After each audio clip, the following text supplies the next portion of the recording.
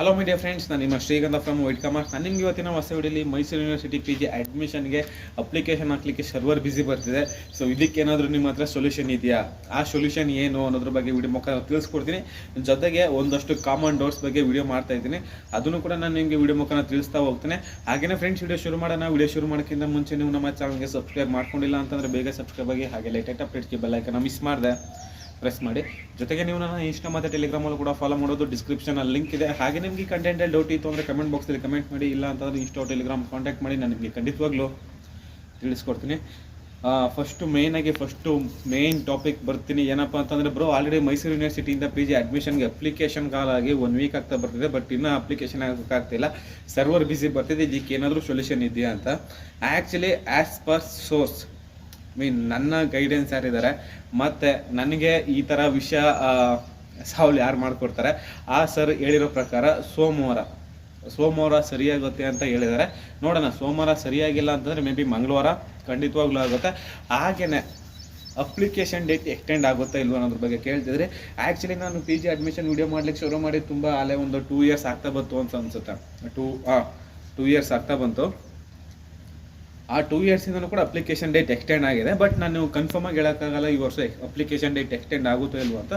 But ನಾನು as per source ಒಂದು 90% date extend ಆಗೋದು.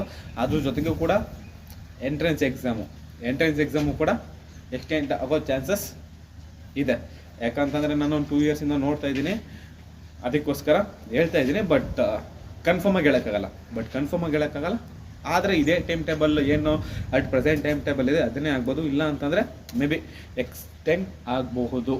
ಸರಿನಾ? ಎಕ್ಸ್ಟೆಂಡ್ ಆದರೆ ತಿಳಿಸ್ಕೊಡ್ತೀನಿ. ಮತ್ತು ಇನ್ನೊಂದು ವಿಷಯ ಏನಪ್ಪ ಅಂತಂದರೆ, ತುಂಬ ಜನ ಕೇಳ್ತಿದ್ದೀರಾ ಬ್ರೋ, ಅದರ್ ಯೂನಿವರ್ಸಿಟಿ ಸ್ಟೂಡೆಂಟ್ಸು ಮತ್ತು ಮೈಸೂರು ಯೂನಿವರ್ಸಿಟಿ ವಿದಿನ್ ಸ್ಟೂಡೆಂಟ್ಸ್ಗೆ ಒಂದೇ ಸತಿ ಎಂಟ್ರೆನ್ಸ್ ಎಕ್ಸಾಮ್ ಇರುತ್ತಾ ಅಂತ.